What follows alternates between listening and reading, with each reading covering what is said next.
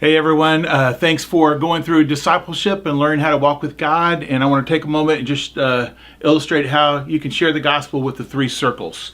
So we begin by drawing the first circle, and we say that in the beginning that God's intent for mankind was blessing. So he wanted to bless mankind, and that primarily involved the blessing of a perfect relationship with him. So God's relationship was perfect with man, and because of that, man's relationships with a spouse, a family, with work, with environment, everything's perfect relationship.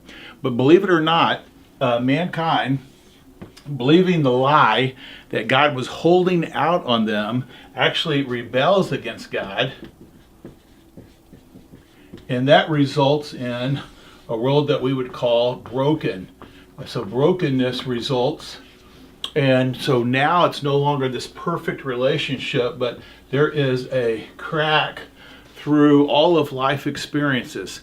Primarily our relationship with God is now broken, and because of that, our relationships with our spouse, with our children, with our world, our environment, our work, globally, personally, everyone's experience is one of brokenness. But God, because he loved us, set into motion a plan to rescue us from our brokenness. And so he sets in motion a plan that would eventually lead to the idea of sending Jesus down, who comes to earth. He dies on a cross, and he's raised from the dead. He dies as payment for our sin, for our rebellion. He dies to rescue us from our brokenness.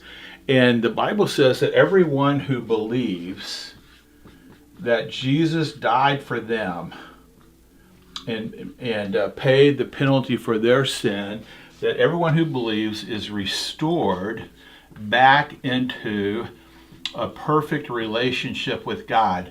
We are now at peace with God. And that's the good news in three circles. Thanks a lot.